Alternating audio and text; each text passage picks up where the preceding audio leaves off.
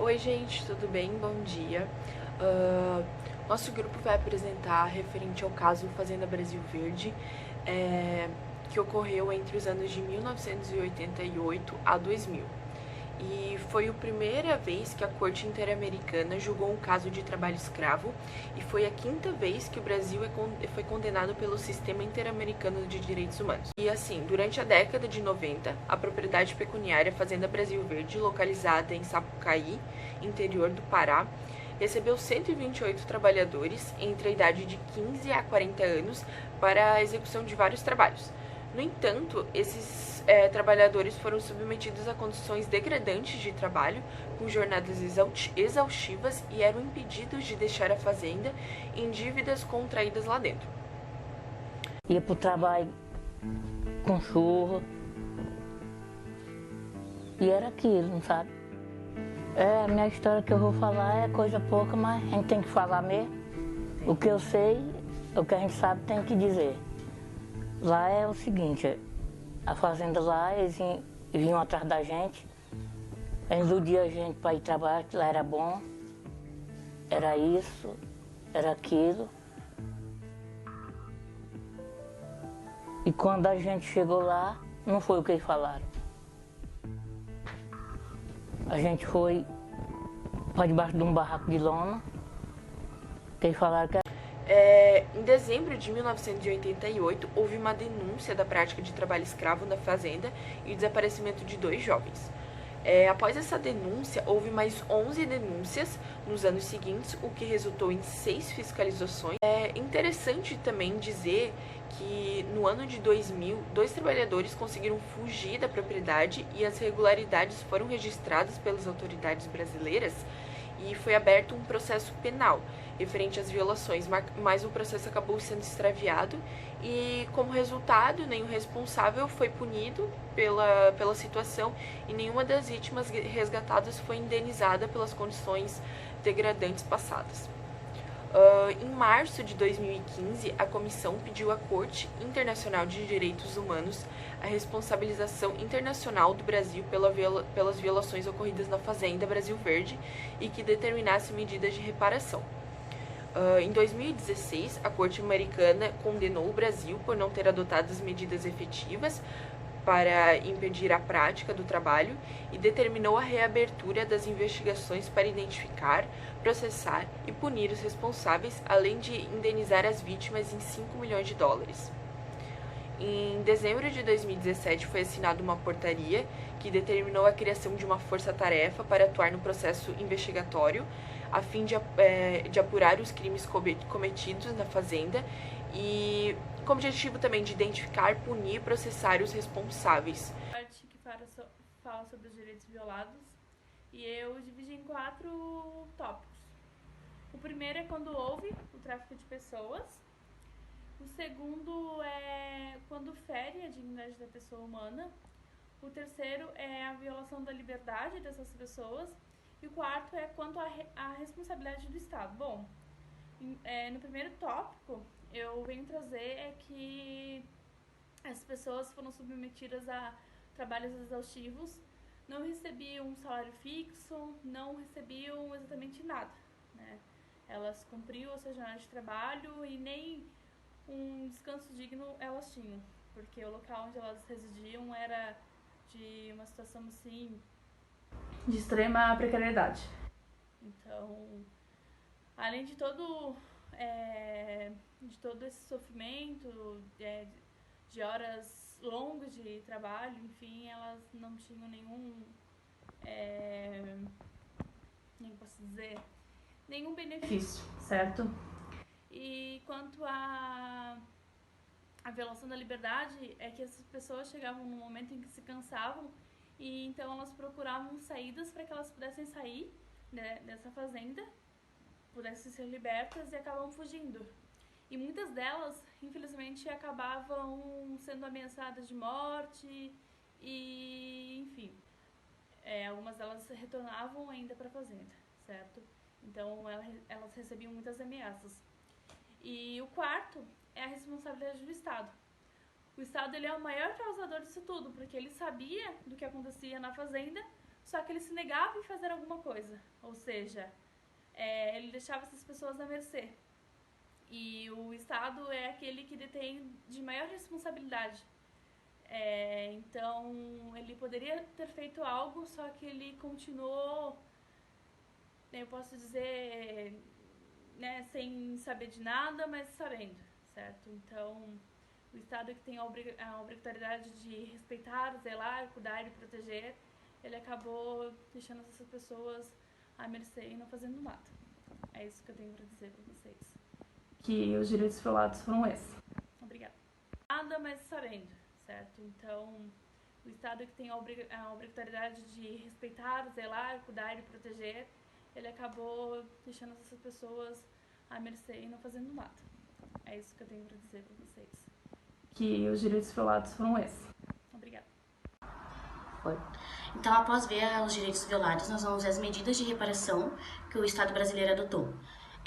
A Corte, inicialmente, ela recomendou que o Estado brasileiro pagasse os danos morais aos trabalhadores que sofreram exploração de trabalho escravo. Recomendou também que o Estado implementasse políticas públicas de prevenção ao trabalho escravo, pois ela entende que é uma grande violação aos direitos humanos. Após essas recomendações, o Brasil, então, resolveu adotar políticas públicas que tentasse prevenir e que punisse quem cometesse tal trabalho escravo. O Brasil, depois de tantas medidas, adotou várias medidas. Eu vou destacar algumas que eu achei bem importante.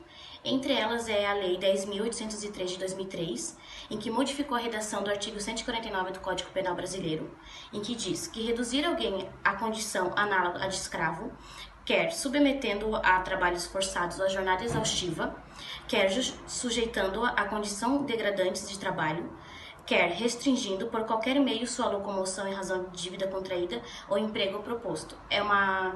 Então, depois do que o Brasil foi condenado pela Corte, teve essa modificação no artigo do Código Penal Brasileiro, em que a pena aumentou entre 2 anos a 8 anos. Outra medida que é bem importante foi a Agenda Nacional do Trabalho Decente, em que foi criada inicialmente pela OIT, e o Brasil e o governo federal, em parceria com ela, adotou tal medida, tal plano, e que foi lançado em 2016. O Brasil, então, depois que foi condenado, ele adotou várias medidas, essas são uma das mais importantes. Tanto é que a Corte ela entendeu que o Brasil não precisava mais...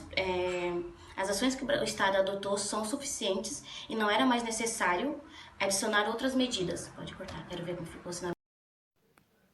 A sentença da Fazenda Brasil Verde saiu em 20 de outubro de 2016. Foi declarada parcialmente procedente a exceção preliminar interposta pelo Estado relativa à incompetência em relação a fatos anteriores à data de reconhecimento da jurisdição da Corte por parte do Estado e a incompetência sobre fatos anteriores à adesão do Estado à Convenção Americana. O Estado é responsável pela violação do direito a não ser submetido à escravidão e ao tráfico de pessoas, estabelecido no artigo 6º da Convenção Americana sobre os Direitos Humanos, em prejuízo aos 85 trabalhadores resgatados em 15 de março de 2000 na Fazenda Brasil Verde, listado no parágrafo 206 da presente sentença. E, adicionalmente, em relação ao senhor Antônio Francisco da Silva, essa violação ocorreu também em relação ao artigo 19 da Convenção Americana sobre os Direitos Humanos, por ser uma criança no momento dos fatos, nos termos dos parágrafos 342 e 343 da presente sentença.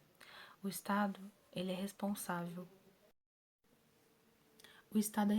pela violação do artigo 6.1 da Convenção Americana em relação ao artigo 1.1 do mesmo instrumento, produzida pelo marco de uma situação de discriminação estrutural histórica em razão da posição econômica dos 85 trabalhadores identificados no parágrafo 206 da presente sentença.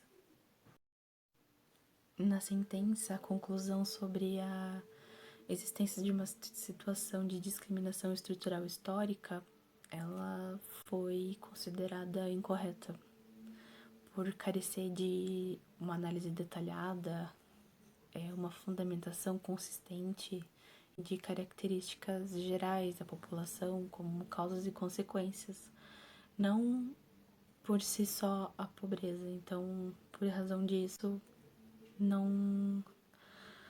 acabaram não acatando o artigo 25 da Convenção. Continuando, o Estado é responsável por violar as garantias judiciais de devida diligência e de prazo razoável previstas no artigo 8 da Convenção Americana sobre os Direitos Humanos, em relação ao artigo 1º do mesmo instrumento, em prejuízo aos 43 trabalhadores da Fazenda Brasil Verde, encontrados durante a fiscalização de 23 de abril de 1997, que foram identificados pela Corte no parágrafo 199 da sentença, nos termos do parágrafo 361 e 382 da presente sentença. O Estado ele não foi responsável pelas violações aos direitos da personalidade jurídica, à vida, à integridade, à liberdade pessoal, as garantias e as proteções judiciais. A sentença constituiu, por uma forma de reparação, e que devia reiniciar com a devida diligência as investigações, os processos penais relacionados aos fatos constatados em março de 2000, no presente caso, para um prazo razoável, identificar, processar e, se for o caso, punir os responsáveis, de acordo com o estabelecido nos parágrafos 444 a 446 da presente sentença. E, se for o caso, o Estado deve restabelecer o processo penal, iniciado em 2001.